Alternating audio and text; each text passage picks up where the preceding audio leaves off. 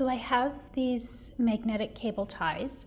They stick together really well. It takes a fair bit of force to pull them apart.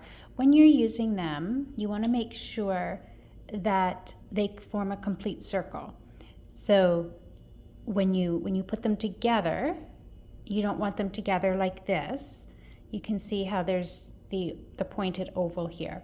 What you want is you want to put them together so that they form a nice, neat circle. And that allows them to lie flat against this back warping stick, which means that there's not going to be any trouble with lumps when you wind your warp forward.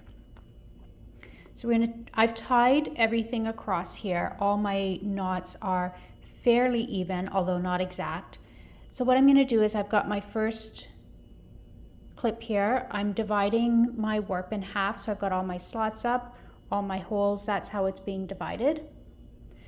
I just put that tie in between, and then I bring this around and fasten it right there. Now what you'll find when you're doing it, these magnets are going to want to stick together. That's fine while you're doing it. When you wind to tighten up your warp, you are going to want to separate them out, and they'll stay separated once you get going. So let's zoom in a little bit here. We'll try the next one. So we're going up, we're dividing it in half.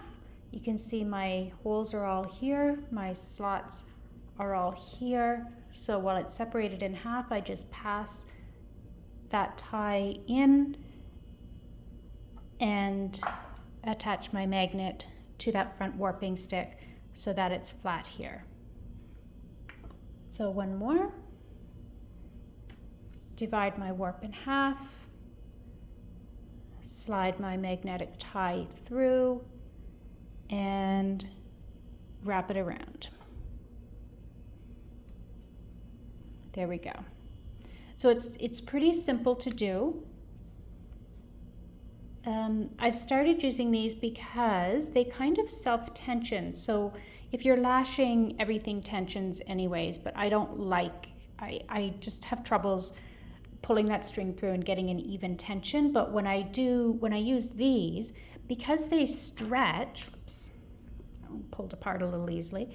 When they stretch, they just sort of self-tension so that they don't, see they're sticking together here. They self-tension so that your knots don't have to be all at exactly the same level as they do with lashing or using the string heddles that I sometimes use. So that's how I do this. I'd love to hear what your thoughts are if you've tried it. If you learn any tips and tricks, just let me know and I will learn from them too. Thanks.